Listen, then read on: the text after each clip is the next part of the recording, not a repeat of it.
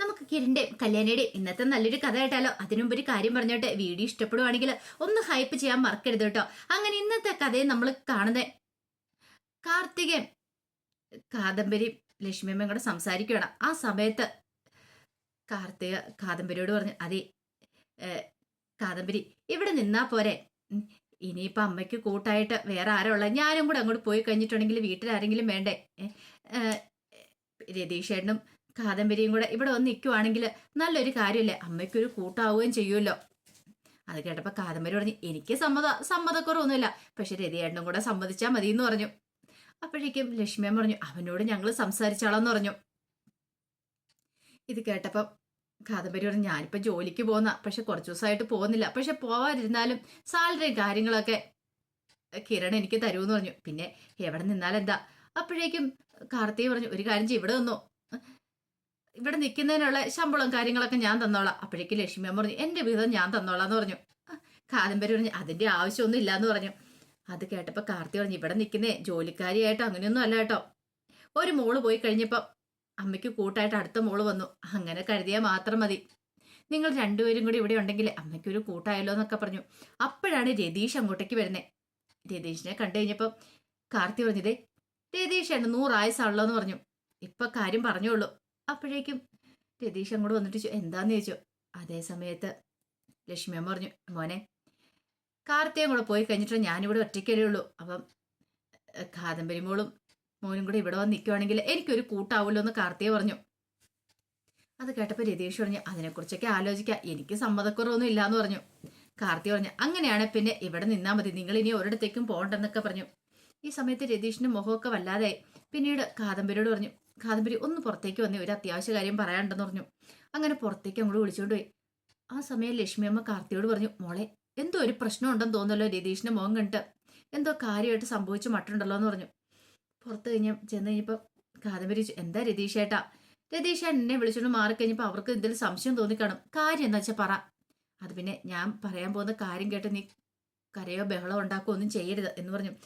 കാര്യം എന്താ വെച്ചാൽ പറ രതിയേട്ടാ, ഇങ്ങനെ പറഞ്ഞിട്ടുണ്ടോ എങ്ങനെയാ, ആർക്കെങ്കിലും എന്തെങ്കിലും അപകടം സംഭവിച്ച എന്താ കാര്യം? അത് പിന്നെ ഹരിസാർ എന്നോടൊരു കാര്യം പറഞ്ഞു.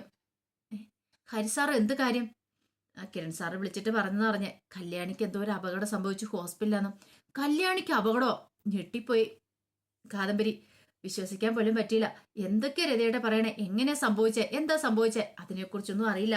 ഹരിസാർ അങ്ങോട്ടേക്ക് പോയിട്ടുള്ളൂ. പിന്നെ നിന്നോട് ഞാനിതിപ്പോ ഒരു പറയണേ, ഹോസ്പിറ്റലിൽ നിൽക്കാനായിട്ട് ഒരാൾ വേണമല്ലോ.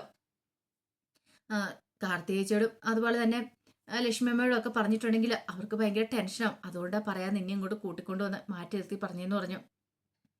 ഈ സമയത്ത് കാർത്തികയും ലക്ഷ്മിയും കൂടെ വരുന്നേ, കാദംബരി കരയെ വരുന്നു. അപ്പോഴേക്കും കാർത്തി വെച്ച്, എന്താ രതീഷെ, എന്തോ കാര്യമായിട്ട് സംഭവിച്ചിട്ടുണ്ടല്ലോ. ലക്ഷ്മിയമ്മ വെച്ച്, എന്ത് കാര്യമാണ് ഞങ്ങളോട് തുറന്നു പറ, എന്തിനാ ഇവള് കരയണെന്ന് വെച്ചു. ഒന്നുമില്ലാതെ പറഞ്ഞു. ഒന്നുമില്ലാതെ എന്താണ് കാദംബരി കരയില്ല, സത്യം പറ, ആർക്കെങ്കിലും എന്തെങ്കിലും സംഭവിച്ചോ? ഒടുവിൽ രതീഷ് പറഞ്ഞു, അത് പിന്നെ ഒരു പ്രശ്നമുണ്ടെന്ന് പറഞ്ഞു. എന്താ? കല്യാണിക്ക് എന്തോ ഒരു അപകടം പറ്റിയിട്ടുണ്ട്. അപകടമോ? രണ്ടുപേരും ഒരുമിച്ച് കെട്ടിപ്പോയി. അതെ, ഇപ്പൊ ഹോസ്പിറ്റലിലാണ്, കൂടുതലായിട്ടുള്ള വിവരങ്ങളൊന്നും അറിയില്ല. അത് കേട്ട് കഴിഞ്ഞപ്പോൾ കാർത്തി പറഞ്ഞു, എങ്കിലൊരു കാര്യം ചെയ്യാമേ, നമുക്ക് ഹോസ്പിറ്റലിലേക്ക് പോവാം, തൽക്കാലത്തേക്ക് നിങ്ങളിപ്പോൾ വരണ്ട, ഞാൻ ഹോസ്പിറ്റലിൽ ചെന്നിട്ട് എന്തായതെന്നൊക്കെ അറിഞ്ഞിട്ട് വിളിക്കാം. ഇപ്പൊ കാദംബരിയും കൂട്ടി ഞാൻ പോവാം. പിന്നെ അച്ഛനൊക്കെ ഇവിടെ ഉള്ളതല്ലേ, അച്ഛൻ എന്തെങ്കിലും സംശയം തോന്നിയാലോ, എല്ലാവരും കൂടെ പെട്ടെന്ന് വീട്ടിൽ നിന്ന് പോയി കഴിഞ്ഞിട്ടുണ്ടെങ്കിൽ, ഒന്നാമത്തെ കാര്യം അറ്റാക്കൊക്കെ വന്നിരിക്കുന്ന മനുഷ്യനല്ലേ, ഞാൻ കാദംബരിയും കൂട്ടി പോയിട്ട് എന്താന്ന് അറിഞ്ഞിട്ട് വിളിക്കാന്ന് പറഞ്ഞു. അങ്ങനെ അവരങ്ങോട്ട് പോയി. കുറച്ചു നേരം കഴിഞ്ഞപ്പോഴത്തേനും കാദംബരി പ്രകാശിന്റെ മുറിയിലേക്ക്, കാദംബരിയല്ല കാർത്തിക പ്രകാശന്റെ മുറിയിലേക്ക് വരുവാണ്. ആ സമയം പ്രകാശൻ പറഞ്ഞു, മോളെ നമുക്കിന്ന് പുറത്തു പോയി ഫുഡ് കഴിക്കാം, കല്യാണിയും കൂടെ വിളിക്ക് എന്ന് പറഞ്ഞു. അത് കേട്ടപ്പം കാർത്തി പറഞ്ഞു, അത് പിന്നെ അച്ഛ എന്തെങ്കിലും ബുദ്ധിമുട്ടുണ്ടോന്ന് ചോദിച്ചു. അത് ദിലീപ് ഏട്ടനും കൂടെ വന്നിട്ട്, ഓ ഇനിയിപ്പോ ദിലീപ് ഇല്ലാത്തോണ്ടായിരിക്കുമല്ലേ, സാരമില്ല, അങ്ങനെയാണൊരു കാര്യം ചെയ്യുക, ദിലീപിനെയും കൂടെ വിളിക്കുക, അവനെയും കൂടെ വിളിച്ച് സംസാരിക്കുക, അവനും കൂടെ വരട്ടെ, എന്നിട്ട് നമുക്ക് പോകാന്ന് പറഞ്ഞു. അല്ല എന്താ മോളുടെ മുഖം എന്താ വല്ലാതിരിക്കുന്നേ?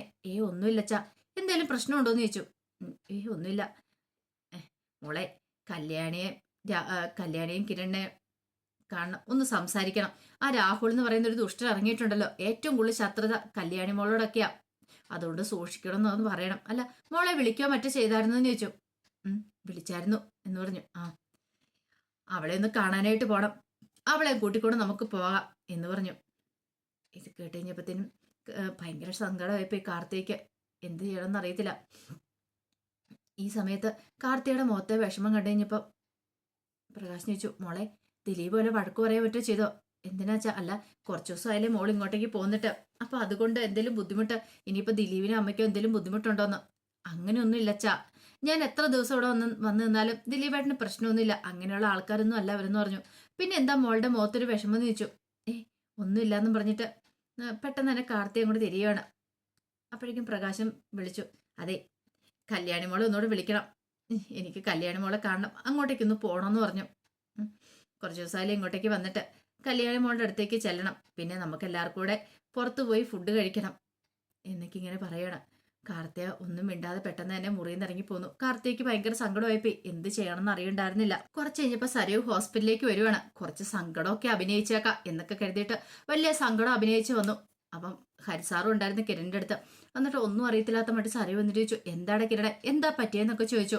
അത് കേട്ട് കഴിഞ്ഞപ്പോൾ കിരൺ പറഞ്ഞു, നിന്റെ അച്ഛനുണ്ടല്ലോ, ആ ബെഗാസൻ എന്ന് പറഞ്ഞ രാഹുല്, അങ്ങേരെ കല്യാണിയെ കുത്തിന്ന് പറഞ്ഞു. കല്യാണിയെ അത്യാസന്ന നിലയിൽ ഇങ്ങോട്ട് കൊണ്ടുവന്നേന്ന് പറഞ്ഞു. എന്നിട്ട് ഇപ്പൊ അവൾക്ക് എങ്ങനെയുണ്ട്? ക്രിട്ടിക്കൽ സ്റ്റേജാ, ഒന്നും പറഞ്ഞിട്ടില്ല, ഡോക്ടറകത്ത് നോക്കിക്കൊണ്ടിരിക്കുവാന്ന് പറഞ്ഞു. ദൈവമേ, ഇതെന്താ ഇങ്ങനെയെന്നൊക്കെ പറഞ്ഞുകൊണ്ട് സരയു ഇങ്ങനെ കരയുവാണ്. ആ കരച്ചിൽ കണ്ടു കഴിഞ്ഞപ്പോൾ ഹരിസാർ പറഞ്ഞു, ഇനിയിപ്പോൾ കരഞ്ഞിട്ടൊന്നും കാര്യമില്ല, നിങ്ങൾ അയാളെ പോയി കണ്ട് ജയിലിൽ പോയി കണ്ട കാര്യങ്ങളൊക്കെ പറയണമായിരുന്നു. നിങ്ങളെ, നിങ്ങളുടെ മോളെ, നിങ്ങളുടെ അമ്മയൊക്കെ സംരക്ഷിക്കുന്ന കിരൺ സാറും കല്യാണിയാന്നുള്ള കാര്യങ്ങളൊക്കെ പറയണമായിരുന്നു. അത് കേട്ടപ്പോൾ സരയു പറഞ്ഞു, ഞാൻ പോയി ഒരു തവണ അതിനെക്കുറിച്ചൊക്കെ പറഞ്ഞ പിന്നെ എനിക്ക് അയാളെ കാണുന്ന പോലും ഇഷ്ടമില്ല, എൻ്റെ ജീവിതം താർത്ത അയാളാ, അതുകൊണ്ട് പിന്നെ ഞാൻ അയാളെ കാണാനൊന്നും പോയില്ല ഹരിസാറെ. എന്ത് ചെയ്യാൻ പറ്റും, എൻ്റെ അച്ഛനായി പോയില്ലേ, എനിക്ക് അയാളെ കണ്ണെടുത്താൽ ഇപ്പൊ കാണത്തില്ല എന്നൊക്കെ പറഞ്ഞു. അത് കേട്ടപ്പോ കിരൺ പറഞ്ഞു, ഞാൻ എന്താണെങ്കിലും കൊല്ലും അയാളെ, അയാളെ വെറുതെ വിടത്തില്ല. കല്യാണി ആ ക്രിട്ടിക്കൽ സ്റ്റേജ് ആയതുകൊണ്ട്, അല്ലെങ്കിൽ അയാളെ അവിടെ ഇട്ട് ഞാൻ തീർത്തനം, എന്നിട്ടോ ഞാൻ പോരും ഉണ്ടായിരുന്നുള്ളെന്ന് പറഞ്ഞു. അപ്പോഴേക്കും ഡോക്ടർ ഇറങ്ങി വന്നു. ഡോക്ടറെ കണ്ടുകഴിഞ്ഞപ്പോൾ കിരൺ ചെന്നിട്ട് ചോദിച്ചു, എന്തായി ഡോക്ടറെ? കിരണെ ഒന്നും പറയാറായിട്ടില്ല, കല്യാണിയുടെ കരണിന് കുത്തേറ്റിട്ടുണ്ട്, ഞങ്ങളെ കൊണ്ട് ചെയ്യാൻ പറ്റുന്നതൊക്കെ ഞങ്ങൾ ചെയ്യുന്നുണ്ടെന്ന് പറഞ്ഞു. അതും പറഞ്ഞു ഡോക്ടർ അങ്ങോട്ട് പോയി കഴിഞ്ഞപ്പോൾ സരിയുവിന് ഭയങ്കര സന്തോഷമായി. ആ സമയത്ത് കിരൺ പറഞ്ഞു, ഞാൻ കൊല്ലു, അവനെ ഞാൻ വെറുതെ വിടില്ല, എൻ്റെ കല്യാണിക്ക് എന്തെങ്കിലും സംഭവിച്ചിട്ടുണ്ടെങ്കിൽ എന്നൊക്കെ പറഞ്ഞുകൊണ്ട് കിരൺ ആകെപ്പാടെ രോഷാകുലനാവുകയാണ്. കുറച്ച് കഴിഞ്ഞപ്പോൾ സരിയു വീട്ടിലേക്ക് വന്നു. അങ്ങനെ വീട്ടിലേക്ക് വന്നു കഴിഞ്ഞപ്പോൾ താര അവിടെ ചെടിയൊക്കെ നനച്ചുകൊണ്ട് നിൽക്കുന്നുണ്ടായിരുന്നു. താരയെ കണ്ടു കഴിഞ്ഞാൽ പറഞ്ഞു, ഒരു സന്തോഷ വാർത്തയുണ്ട്, കല്യാണിക്ക് കുത്തേറ്റെന്ന് പറഞ്ഞു. അത് കേട്ടപ്പോൾ താര ഞെട്ടി. ഓ, നിങ്ങൾ ഭയങ്കരമായിട്ട് ഞെട്ടിയില്ലോ എന്നൊക്കെ ഇങ്ങനെ സരിയു പറയണം. അല്ല, ആരാ മോളെ ഇത് ചെയ്തേന്ന് ചോദിച്ചു. ആരാ എന്തായതൊന്നും എനിക്കറിയത്തില്ല, എന്തായാലും നല്ല കാര്യമാണ്, അവള് മരിക്കാൻ വേണ്ടി ഞാൻ പ്രാർത്ഥിച്ചുകൊണ്ടിരിക്കുക, എൻ്റെ ജീവിതത്തിന് തടസ്സം അവളായിരുന്നു, ഞാനും കിരണും കൂടെ ഒന്നിക്കാനായിട്ട് ആ തടസ്സം അങ്ങോട്ട് മാറുമെന്ന് പറഞ്ഞു. അത് കേട്ടുകഴിഞ്ഞപ്പം താരയ്ക്ക് ഭയങ്കര വിഷമമായി. നിങ്ങൾ ഭയങ്കര സെന്റിമെന്റ്സ് ആയല്ലോ. എനിക്കറിയാം എന്നെക്കാളും കൂടുതൽ അവളോടാ ഇഷ്ടമെന്ന്. ഇതേ ഒരു കാര്യം ഞാൻ പറഞ്ഞേക്കാം, നിങ്ങൾ ഇപ്പൊ തീരുമാനിച്ചോണം, ഞാനാണോ അവളാണോ നിങ്ങൾക്ക് വേണ്ടതെന്ന്. ഇതേ കൂടുതൽ സെന്റിമെന്റ്സും ആയിട്ട് അങ്ങോട്ട് പോകാൻ നിന്നാണ്ടല്ലോ, പിന്നെ സരയു ആരാൻ നിങ്ങൾ തിരിച്ചറിയുമെന്ന് പറഞ്ഞു. അപ്പോഴേക്കും താര ചോദിച്ചു, എന്നാലും അത് ആരായിരിക്കും മോളെ?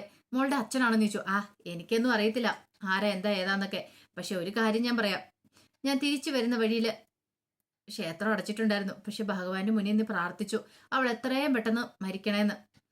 എൻ്റെ ജീവിതത്തിലേക്ക് കയറി വന്ന ശാപം അവളെ എങ്ങനെയെങ്കിലും ഒന്ന് തീർത്തു കഴിഞ്ഞാലേ എനിക്കൊരു സമാധാനം ആവത്തുള്ളൂ, ഭഗവാൻ എൻ്റെ പ്രാർത്ഥന കേൾക്കുമെന്ന് ഉറപ്പാ. അതും പറഞ്ഞിട്ട് സരയു അകത്തേക്ക് കയറിപ്പോയി. താരയ്ക്കാണെങ്കിൽ എന്ത് ചെയ്യണമെന്ന് പോലും അറിയണ്ടായിരുന്നില്ല.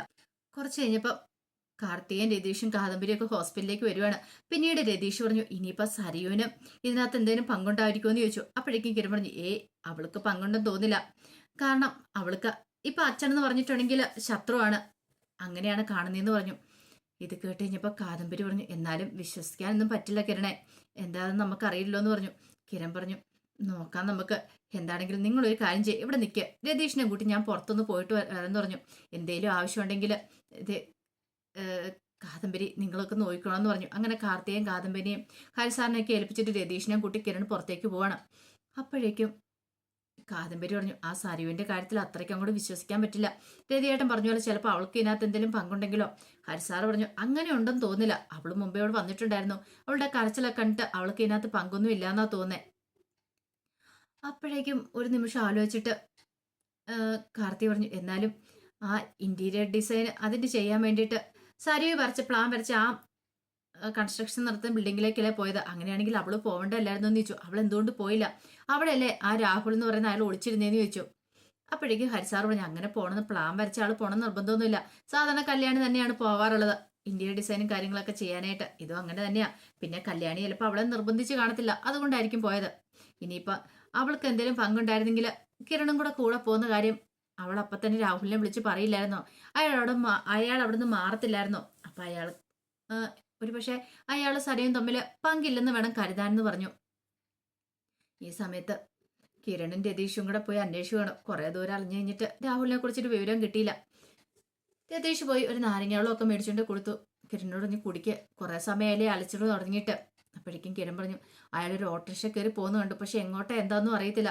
CCTV ഫുട്ടേജും കാര്യങ്ങളൊക്കെ കുറെ നോക്കിയില്ലേ. അപ്പോഴേക്കും രതീഷ് പറഞ്ഞു, നമുക്ക് കണ്ടുപിടിക്കാന്ന് പറഞ്ഞു. അങ്ങനെ കുറച്ച് കഴിഞ്ഞപ്പോഴത്തേനും ആ ഓട്ടോയുടെ നമ്പരൊക്കെ വെച്ച് അവരൊരു സ്ഥലത്ത് പോയി ചോദിക്കുന്നുണ്ട്. അതെ, ഈ നമ്പറുള്ള ഓട്ടോ ഇവിടെയാണോ ഓടുന്നതെന്ന് ചോദിച്ചു. ഏയ് അല്ലാന്ന് പറഞ്ഞു. അവർക്കൊരു പരിചയമില്ലായിരുന്നു. കാരണം അറിയാവുന്നിടത്തൊക്കെ അവർ ചോദിക്കുന്നുണ്ടായിരുന്നു. ഇനി എന്ത് ചെയ്യണമെന്ന് അറിയില്ലാതെ അവർ നിൽക്കുകയാണ്. അപ്പോൾ അതിൻ്റെ വിശേഷങ്ങളൊക്കെ നമ്മൾ കാണുന്നത്. ആ വിശേഷങ്ങൾക്കായി നമുക്ക് എല്ലാവർക്കും കാത്തിരിക്കാട്ടോ. ഒരിക്കൽ കൂടി എല്ലാവർക്കും ശുഭദിനം നേർന്നുകൊണ്ട് നിർത്തുന്നു.